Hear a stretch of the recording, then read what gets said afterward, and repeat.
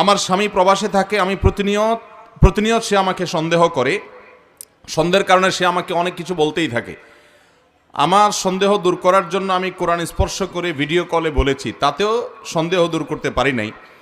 এরপরে নফল রোজা অবস্থায়ও 3 বার আল্লাহর নাম নিয়ে শপথ করেছি, তাতেও সে আমাকে বিশ্বাস করে নাই।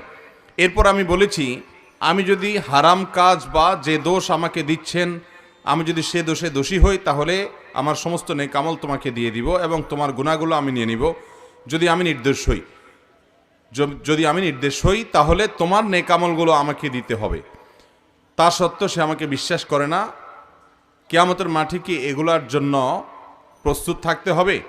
আমার এখন করণীয় কি? আমার স্বামীও আমার জন্য কিছু নাসিহা প্রদান করবেন।